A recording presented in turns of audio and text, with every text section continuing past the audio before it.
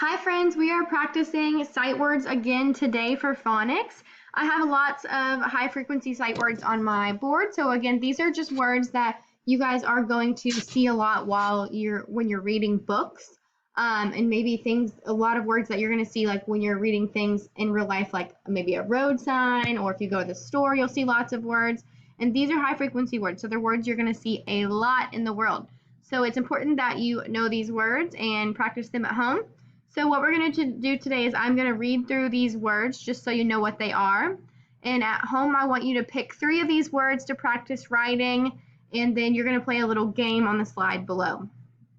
So these sight words are him, H-I-M, him, as, A-S, as, or, O-R, or, get, G-E-T, get, her, H-E-R, her, by, B-Y, by, man, M-A-N, man, did, D-I-D, did, was, W-A-S, was, out, O-U-T, out, are, A-R-E, are, us, U-S, us, but, B-U-T, but, our, O-U-R, our, had, H-A-D, had, saw, S-A-W, saw.